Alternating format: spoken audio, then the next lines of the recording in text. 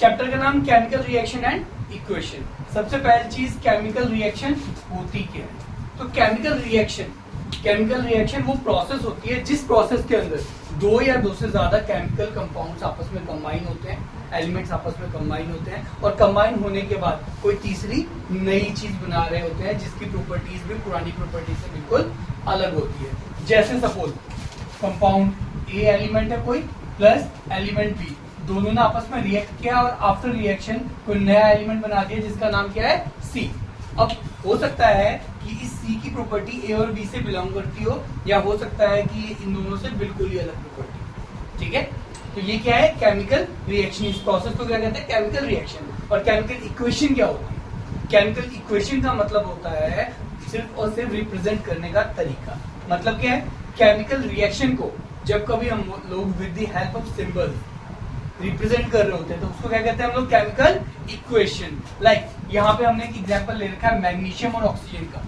आप लोग के स्कूल में क्लास 10th के अंदर रिएक्शन करवाया गया होगा जिसके अंदर मैम ने मैग्नीशियम रिबन ली होगी, उसको पहले क्लीन करा होगा और क्लीन करने के बाद उसको बर्नर पे जलाया होगा। तो जब जलाया होगा तो व्हाइट कलर की बहुत अच्छी सी रोशनी आएगी रूम में। वो जो रोशनी आई, वो जो रिएक्शन हुई, वो रिएक्शन यहाँ पे हम लोग डिस्कस करने वाले हैं। वो क्या था, एक मैग्नीशियम रिबन थी। ठीक है, मैग्नीशियम रिबन को जब हमने ऑक्सीजन के साथ रिएक्ट कराया, ऑक्सीजन के साथ रिएक्ट कराने से क्या मतलब है कि उसको हमने जलाया, तो जलाने के बाद वो किसमें कन्वर्ट हो गया, मैग्नीशियम ऑक्साइड। वो किसमें कन्वर्ट हो गया बेटा, मैग्नीशियम ऑक्साइड। अब देखो यहाँ पे क्या है, मैग्नीशियम एक मेटल था, उसको ऑक्सीजन के साथ रिएक्ट करवाया और रिएक्ट करने के बाद ये क्या बन गया, मैग्नीशियम ऑक्साइड। ठीक है, अब एग्जाम में एक क्वेश्चन आता है कि मैग्नीशियम रिबन को जलाने से पहले क्लीन क्यों किया जाता है, सैंड पेपर से रब क्यों किया जाता है। तो उसे सैंड पेपर से रब करने के पीछे का रीजन क्या होता है कि जब कभी कोई सा भी मेटल एयर मॉइस्चर की प्रेजेंस में काफी लंबे टाइम तक एक्सपोज रहता है तो वो अपने ऊपर कार्बोनेट की लेयर चढ़ा लेता है। और अगर उस कार्बोनेट की लेयर के साथ हम इस मैग्नीशियम रिबन को जलाएंगे तो जो व्हाइट कलर की रोशनी आनी थी ना, तो व्हाइट कलर की रोशनी हमें देखने को नहीं मिलेगी, यानी कि वो रिएक्शन प्रॉपर नहीं हो पाएगी। इसलिए हम क्या करते हैं, मैग्नीशियम रिबन को सैंड पेपर से रब करके उसके ऊपर जो वो लेयर थी उस लेयर को रिमूव करने की कोशिश करते हैं। ये तो थी रिएक्शन। अब रिएक्शन में इक्वेशन क्या है, देखो यहाँ ध्यान से देखो, यहाँ पे हमने क्या है मैग्नीशियम, मैग्नीशियम क्या है हमारा एलिमेंट है, Mg क्या है उसका सिंबल। अभी मैंने क्या बताया था कि रिएक्शन को इक्वेशन की फॉर्म में लिखा जाता है, रिप्रेजेंट करने के लिए यूज करते हैं, तो उसके अंदर सिंबल्स का यूज करते हैं, एलिमेंट के पूरे नाम का यूज नहीं करते हम लोग। यहाँ हमने क्या लिखा है Mg, Mg का मतलब Mg किसको इंडिकेट कर रहा है, मैग्नीशियम को। दूसरा क्या है O2, O2 किसके है बेटा, ऑक्सीजन के लिए है। और MgO वो क्या है बेटा, मैग्नीशियम ऑक्साइड, जो किस चीज को रिप्रेजेंट कर रहा है कि ये क्या है हमारी केमिकल रिएक्शन जिसके अंदर मैग्नीशियम और ऑक्सीजन को हमने रिएक्ट कराया और रिएक्ट करा के एज अ प्रोडक्ट हमें क्या मिल गया, मैग्नीशियम ऑक्साइड। अब देख बेटा, ये जो हमें मैग्नीशियम ऑक्साइड मिला, किसी भी रिएक्शन की दो साइड्स होती है, एक लेफ्ट वाली और दूसरी राइट वाली। जो लेफ्ट वाली साइड होती है उसको हम लोग क्या बोलते हैं बेटा, रिएक्टेंट साइड, और जो राइट वाली साइड होती है उसको क्या कहते हैं बेटा, प्रोडक्ट साइड। रिएक्टेंट का मतलब क्या होता है, रिएक्टेंट वो चीजें होती है जो किसी भी केमिकल रिएक्शन में पार्टिसिपेट करती है। जैसे यहाँ पे क्या मैग्नीशियम एलिमेंट था, हमने उसको ऑक्सीजन के साथ रिएक्ट करवाया, तो मैग्नीशियम और ऑक्सीजन क्या हो गया हमारे लिए, रिएक्टेंट, क्योंकि इन्होंने क्या किया है, रिएक्शन में पार्टिसिपेट कर रहा है। और MgO मैग्नीशियम ऑक्साइड वो क्या है, हमारा एंड रिजल्ट। ठीक है, तो किसी भी रिएक्शन की जो राइट साइड होती है वो किस चीज को रिप्रेजेंट करती है, उसके एंड रिजल्ट को, जिसे हम क्या बोलते हैं बेटा, प्रोडक्ट। तो लेफ्ट साइड क्या है बेटा, रिएक्टेंट, और राइट साइड क्या है बेटा, प्रोडक्ट। बेटा यहाँ तक क्लियर है, चलो आगे चलते हैं। बेटा यहाँ पे हमारे पास नेक्स्ट चीज क्या आती है, रिएक्टेंट। रिएक्टेंट क्या होता है, अभी थोड़ी देर पहले बनाया था, The substance which take part in a chemical reaction are called reactant। यहाँ पे हमारे पास reactant क्या है, मैग्नीशियम और ऑक्सीजन। नेक्स्ट क्या बेटा, प्रोडक्ट। प्रोडक्ट क्या होता है, The new substance produced। अभी बताया ना बेटा, जो एंड रिजल्ट होता है हमारा किसी भी केमिकल रिएक्शन का, वो क्या था बेटा, प्रोडक्ट। यहाँ क्या है, The new substance produced as a result of chemical reaction are called product। अब हमारा जो ये रिएक्शन है इसके अंदर प्रोडक्ट क्या हो जाएगा, ये हो जाएगा MgO, मैग्नीशियम ऑक्साइड क्या है हमारे लिए, प्रोडक्ट। एक नोट यहाँ पे देखने के लिए है, during a chemical reaction atom of any element do not change into those of another element, only an arrangement of atom change take place. इसका मतलब क्या है, हम सबके घर में फर्नीचर है, सबके घर में लकड़ी का लोहे का फर्नीचर होगा। तो अब ये जो फर्नीचर हमारे घरों में होता है ये किस चीज का बना होता है, लकड़ी का या लोहे का। सपोज मेरे घर में एक टेबल है जो लकड़ी की बनी हुई है, जब वो टेबल नहीं थी तो क्या थी, लकड़ी का टुकड़ा। अब यहाँ क्या है, लकड़ी के टुकड़े को काट करके टेबल बनाया गया। ये भी तो हो सकता था कि उस लकड़ी के टुकड़े को काट करके टेबल की जगह पे हम लोग चेयर बना देते, पॉसिबल था ना। तो अंतर क्या होता, लकड़ी तो लकड़ी है ना, लकड़ी तो लकड़ी है, अब उसको किस तरीके से लगाया है, उसकी जो अरेंजमेंट है उसी पे डिपेंड कर रहा है ना सब कुछ। लकड़ी तो बदल नहीं जाएगी ना, चेयर बनने के बाद लकड़ी लोहानी बन जाने वाली, या टेबल बनने के बाद लकड़ी लोहानी बन जाने वाली, लकड़ी तो लकड़ी रहने वाली है। तो अंतर क्या है, सिर्फ और सिर्फ अरेंजमेंट का। तो ये नोट भी हमें यही बता रहा है। क्या बता रहा है बेटा, किसी भी केमिकल रिएक्शन में जो एटम्स होते हैं ना वो अपनी जगह नहीं बदल देते। जैसे यहाँ पे क्या है, मैग्नीशियम है और ऑक्सीजन है, तो यहाँ पे प्रोडक्ट में आने पर मैग्नीशियम ये नहीं हुआ कि मैग्नीशियम जो है वो कार्बन बन गया, या ऑक्सीजन जो है वो कुछ और बन गया, या मैग्नीशियम ऑक्साइड नाम का एक नया एलिमेंट वो आ गया हमारे पास। ऐसा नहीं होता। क्या है ये, सिर्फ और सिर्फ उसकी अरेंजमेंट बदल गई, जिसकी वजह से उसकी केमिकल प्रॉपर्टी और फिजिकल प्रॉपर्टी में कुछ चेंजेस आ गए। आई होप यहाँ तक क्लियर होगा। आगे चलते हैं, या तो कोई डाउट है तो बताओ। नहीं है, आगे चलते हैं।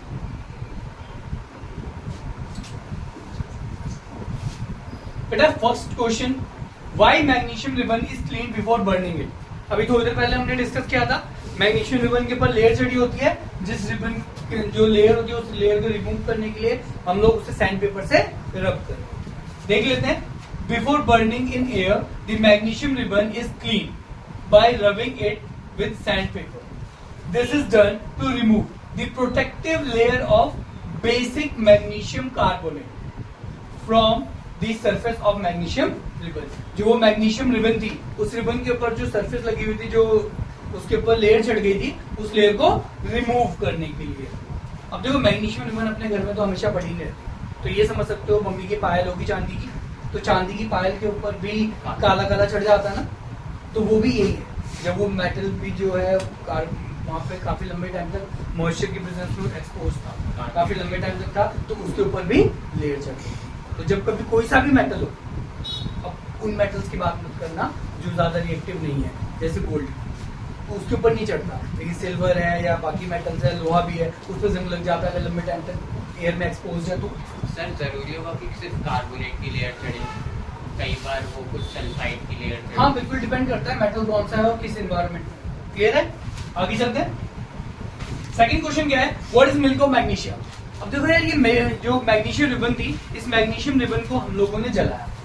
मैग्नीशियम रिबन को जलाया तो क्या होगा, राख तैयार होगी। उस राख को अगर तुम वॉश ग्लास में डालते हो और उसके अंदर वाटर ऐड करते हो, तो वो किस में कन्वर्ट हो जाएगा, वो हो जाएगा हमारा मिल्क ऑफ मैग्नीशियम। क्लियर है। वो मिल्क क्यों बोलते हैं इसको, क्योंकि ये हल्का हल्का व्हाइट कलर का होता है। जैसे तुमने थोड़े से पानी के अंदर एक बूंद दूध डाल दिया हो तो थोड़ा सा व्हाइट सा हो जाता है ना, तो वैसा ही ये कुछ होता है, इसलिए इसको क्या बोलते हैं, मिल्क ऑफ मैग्नीशिया। ये बेसिक नेचर का होता है। किसी को पता है कहाँ यूज होता है ये, कहाँ पे, एंटासिड्स, जो हमारे डाइजिन हो गई या ये इनो वगैरह होते हैं, इन सब की प्रोडक्शन में इसका यूज किया जाता है। आगे चलते हैं, कैरेक्टरिस्टिक्स ऑफ केमिकल चेंज। अब देखो हमें कैसे पता चलेगा कहीं पे भी केमिकल चेंज हुआ है या नहीं हुआ, तो हम कुछ क्राइटेरिया देखेंगे। अगर कुछ चेंजेस हमें दिख रहे हैं तो हम मानेंगे यहाँ पे केमिकल रिएक्शन हुई है। इनमें से एक भी दिख जाए तो जरूरी नहीं कि सारे दिखने हैं, एक भी दिख जाए, दो दिख जाए, तीन दिख जाए, कितने भी दिख जाए, सारे दिख जाए और अच्छी बात है, लेकिन एटलीस्ट एक भी दिख जाएगा तो हम मान लेंगे कि यहाँ पे कोई ना कोई केमिकल रिएक्शन हुई है। देखते हैं क्या क्या है। पहला क्या है, इवोल्यूशन ऑफ गैस। अगर कहीं पे भी किसी भी रिएक्शन के बाद गैस निकल रही है तो हम लोग क्या मान लेंगे कि यहाँ पे केमिकल रिएक्शन हुई है। जैसे सपोज करो हम लोगों ने क्या किया, पानी में एसिड डाल दिया।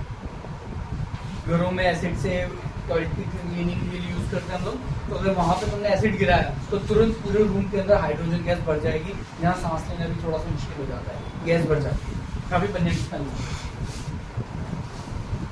तो वो जो रिएक्शन है, गैस निकली ना, तो हम क्या कह सकते हैं, वहां पे हाइड्रोजन गैस निकली है। इसका मतलब क्या है कि वहां पे वाटर और एसिड के बीच में रिएक्शन हुआ है, जिसकी वजह से वो हाइड्रोजन गैस निकली है। अभी इन सब के लिए रिएक्शन पीछे हैं, वो हम डिस्कस करेंगे।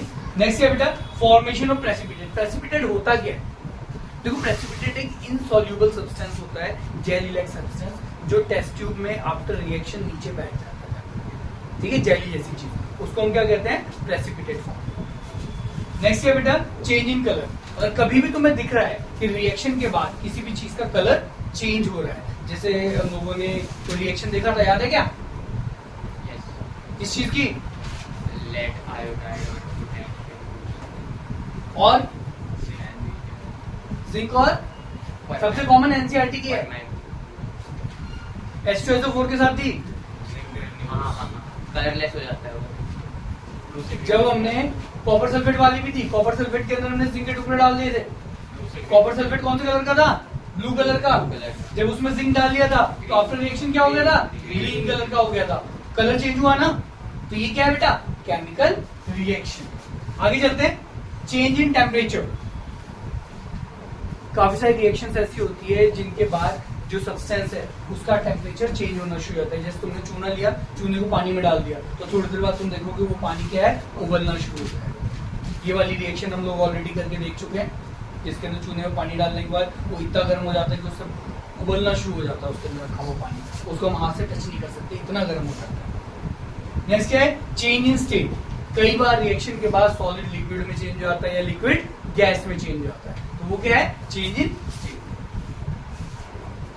The method of representing a chemical reaction with the help of symbol and formulas of the substance involved in the reaction is known as chemical equation। अभी थोड़ी देर पहले हमने बात करी थी, केमिकल इक्वेशन क्या होती है। केमिकल इक्वेशन सिर्फ और सिर्फ केमिकल रिएक्शन को सिंबल की फॉर्म में रिप्रेजेंट करने का तरीका है, ठीक है।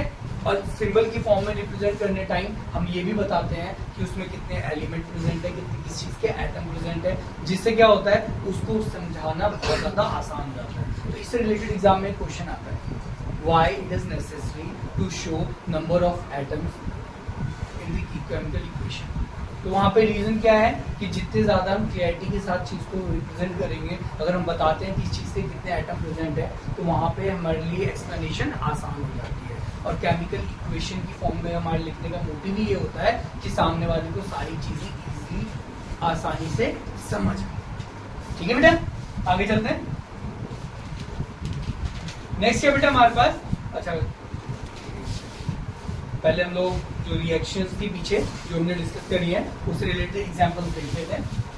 पहला एग्जांपल क्या है, the chemical reaction between zinc and dilute sulphuric acid is characterized by evolution of hydrogen gas। मतलब क्या है, H2SO4 क्या है, H2SO4 हमारा एक एसिड है, और इस एसिड में जब हम जिंक के टुकड़े डाल देते हैं एसिड के साथ, जब हम इस मेटल को रिएक्ट करवाएंगे तो क्या होगा, यहाँ पे जिंक सल्फेट बन जाएगा और हाइड्रोजन गैस इवॉल्व होगी। ये ऊपर का एरो क्या रिप्रेजेंट करता है बेटा, ये हाइड्रोजन गैस क्या है, इवॉल्व हो गई, इन्वायरमेंट में रिलीज हो चुकी है। नेक्स्ट क्या बेटा, सेकेंड एग्जांपल। अच्छा ये किस चीज का एग्जांपल होगा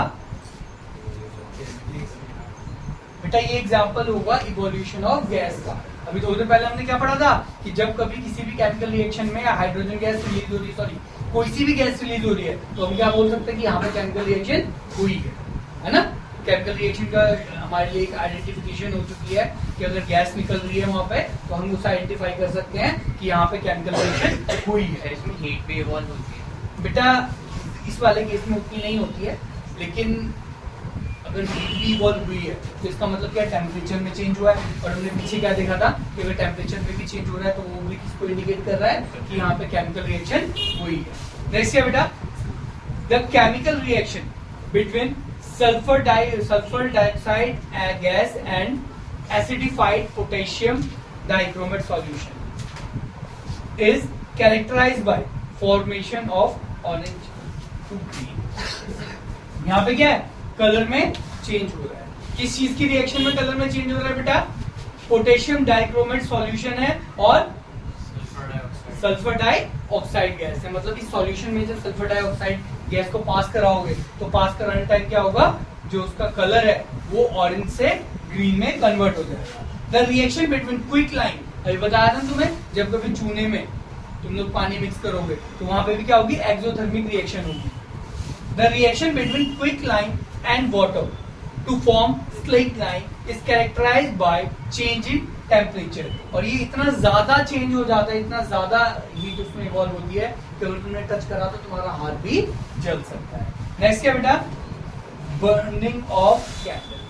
बर्निंग ऑफ कैंडल यानी फिजिकल है केमिकल है दोनों बेटा। Burning of burning of candle जो है दोनों में आएगी। क्यों? क्योंकि फिजिकल चेंज तो वो है, पहले कैंडल इतनी बड़ी थी, जलते जलते जलते जलते छोटी होती चली गई ना, तो वो केमिकल रिएक्शन है, सॉरी फिजिकल रिएक्शन है क्योंकि साइज में चेंज आया है। अच्छा, केमिकल रिएक्शन क्यों है?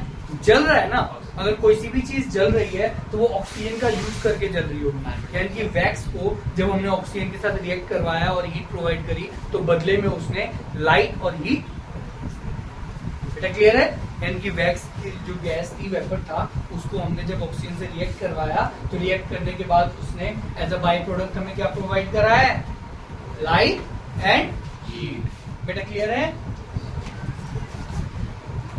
बेटा बैलेंसिंग ऑफ केमिकल रिएक्शन की क्वेश्चन देख लेते हैं कुछ पहले।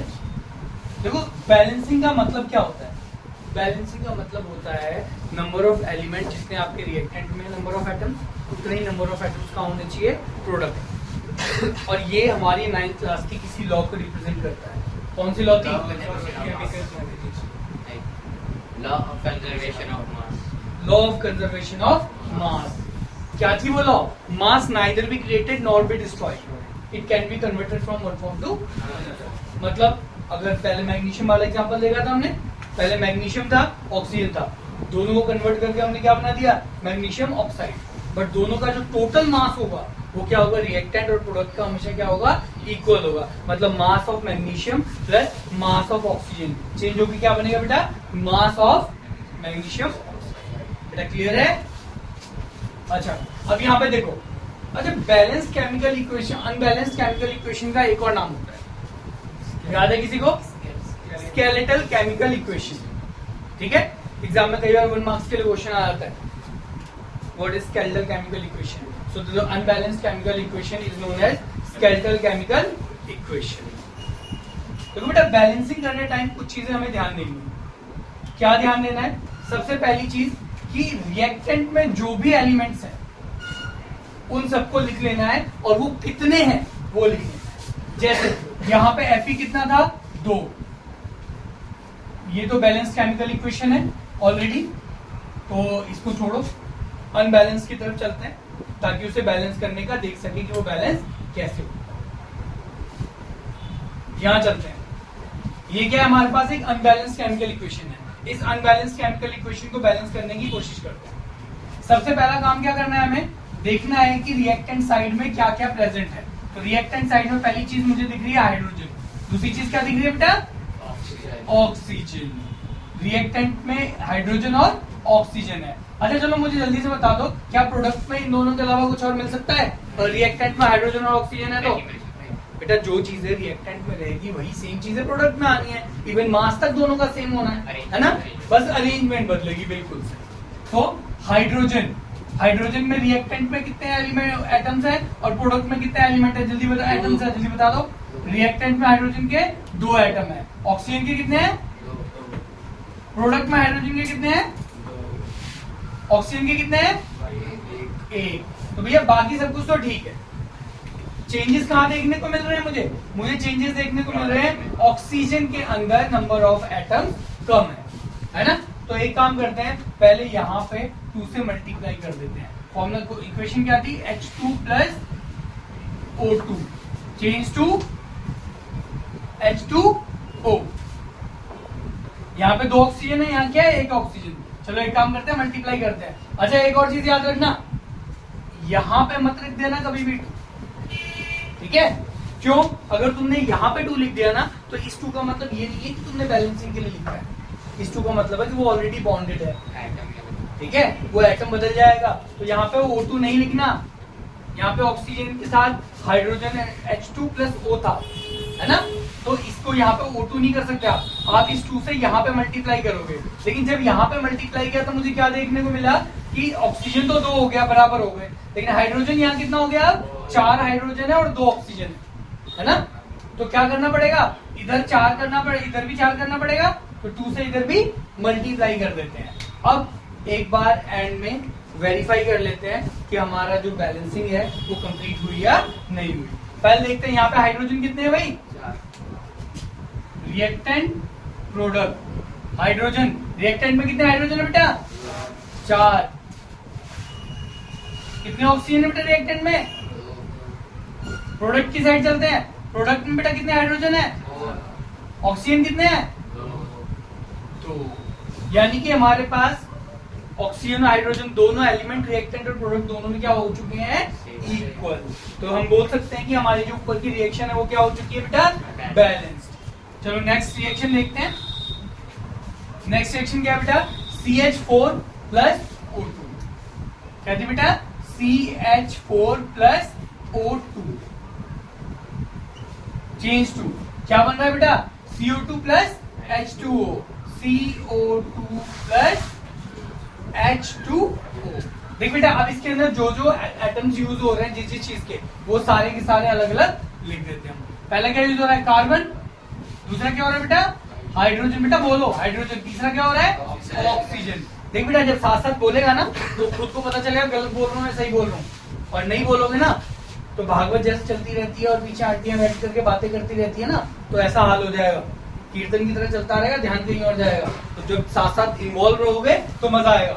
चलो आगे चलते हैं। बेटा कार्बन कितने हैं यहाँ पे, एक कार्बन है रिएक्टेंट के अंदर, रिएक्टेंट के अंदर एक कार्बन है। हाइड्रोजन कितने हैं बेटा रिएक्टेंट में, अच्छा ऑक्सीजन कितने हैं, चलो प्रोडक्ट पे चलते हैं। प्रोडक्ट में कार्बन कितने हैं, हाइड्रोजन कितने हैं, ऑक्सीजन कितने हैं, 3। देखो भैया कार्बन जो है वो तो ठीक है, कार्बन में तो कोई प्रॉब्लम नहीं है, प्रॉब्लम कहाँ है, हाइड्रोजन और ऑक्सीजन में। तो देखो यहाँ पे हमारे पास कितने ऑक्सीजन है, 3। ऑक्सीजन को बैलेंस करने से अच्छा है पहले मैं हाइड्रोजन को बैलेंस करूं। क्यों, देखो यार ऑक्सीजन ना 2 अलग अलग पार्ट में बटा हुआ है, लेकिन हाइड्रोजन क्या है, एक ही जगह है। रिएक्टेंट में भी एक जगह है और प्रोडक्ट में भी एक ही जगह है। ठीक है, तो यहाँ पे 4 हाइड्रोजन है, यहाँ पे 2 हाइड्रोजन है, क्या करूं, 2 से मल्टीप्लाई। भैया हाइड्रोजन बराबर हो गए दोनों साइड, कार्बन तो ऑलरेडी बराबर था। अच्छा ऑक्सीजन 5 हो गए। हाँ अभी करेंगे ना, अभी ऑक्सीजन को भी बैलेंस करेंगे। अच्छा अब इधर देखते हैं, हाइड्रोजन बराबर हो गए, ऑक्सीजन और अच्छा ऑक्सीजन को छोड़ते हैं, कार्बन डाइऑक्साइड ऑलरेडी बराबर है। अब बात करते हैं ऑक्सीजन की। यहाँ पे कितने ऑक्सीजन है, अब यहाँ पे कितने ऑक्सीजन है, 2 ऑक्सीजन 2 ऑक्सीजन, टोटल ऑक्सीजन कितने हो गए बेटा, यहाँ पे कितने ऑक्सीजन है, बराबर करने के लिए क्या करूं, 2 से मल्टीप्लाई। यानी कि हमारे पास कितना हो गया बेटा, CH4 plus 2O2 change to CO2 plus 2H2O। अब क्या करना है बेटा, वेरीफाई कि सारे के सारे एटम्स इक्वल है या नहीं है। पहले कार्बन इधर एक इधर भी एक, इक्वल है भाई। हाइड्रोजन देखते हैं, 4 हाइड्रोजन इधर है, इधर कितने हाइड्रोजन है, 4, वेरीफाइड। ऑक्सीजन पे चलते हैं, यहाँ कितने ऑक्सीजन है बेटा, 4, और यहाँ पे कितने ऑक्सीजन है, 2 और 2 4। यानी कि एटम्स क्या हो चुके हैं, रिएक्शन बैलेंस इक्वेशन है अभी हमारी। नेक्स्ट आगे चलते हैं। थर्ड इक्वेशन क्या है बेटा, कॉपर सल्फेट CuSO4।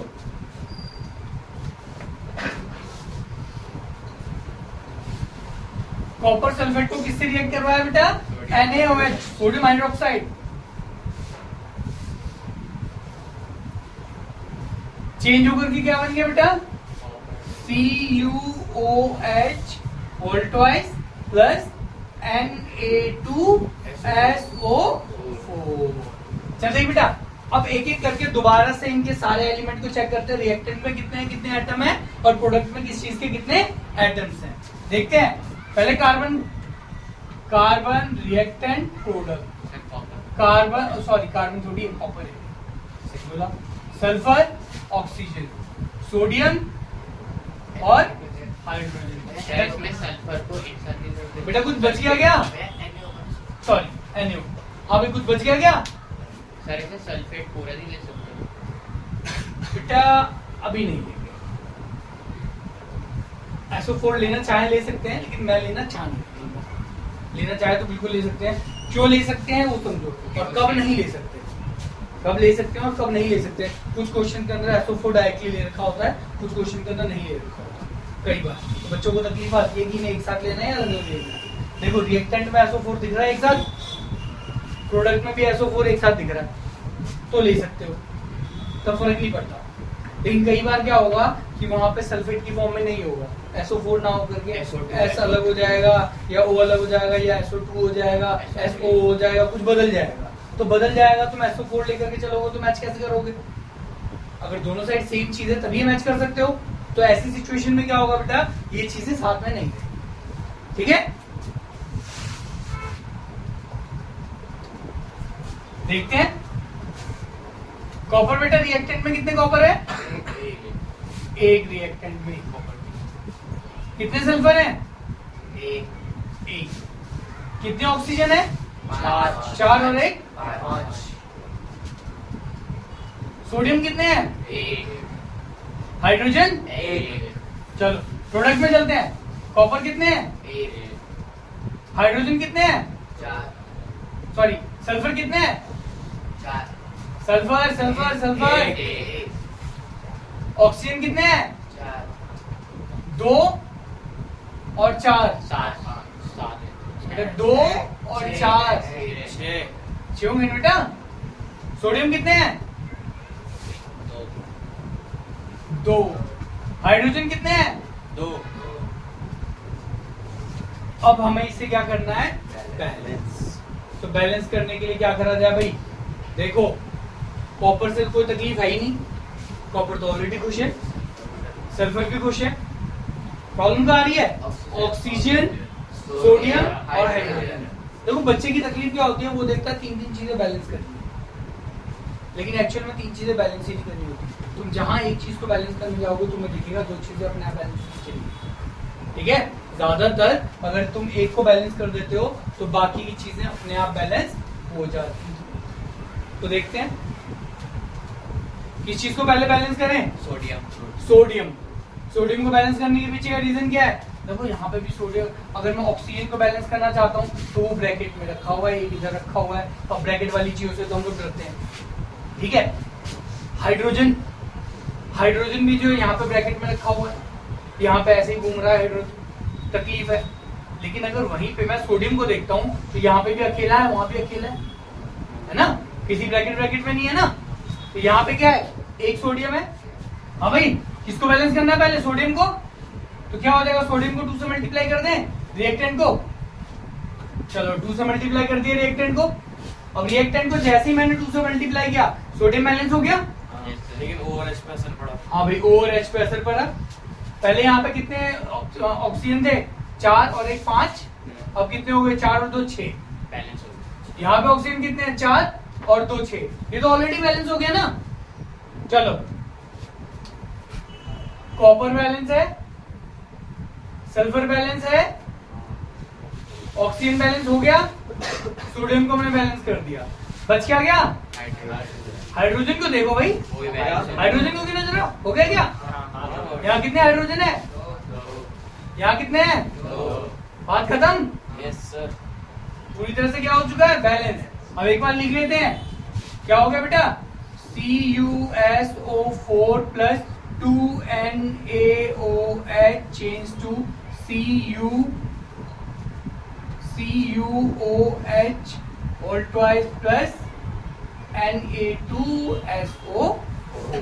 बेटा कोई डाउट? अब एक काम करना, 3 तो हम ऑलरेडी कर चुके हैं, चौथा वाला एक बार ट्राई करना, और एनसीईआरटी में जितने भी बैलेंसिंग के क्वेश्चन है एक बार ट्राई करना। मिलते हैं नेक्स्ट क्लास में।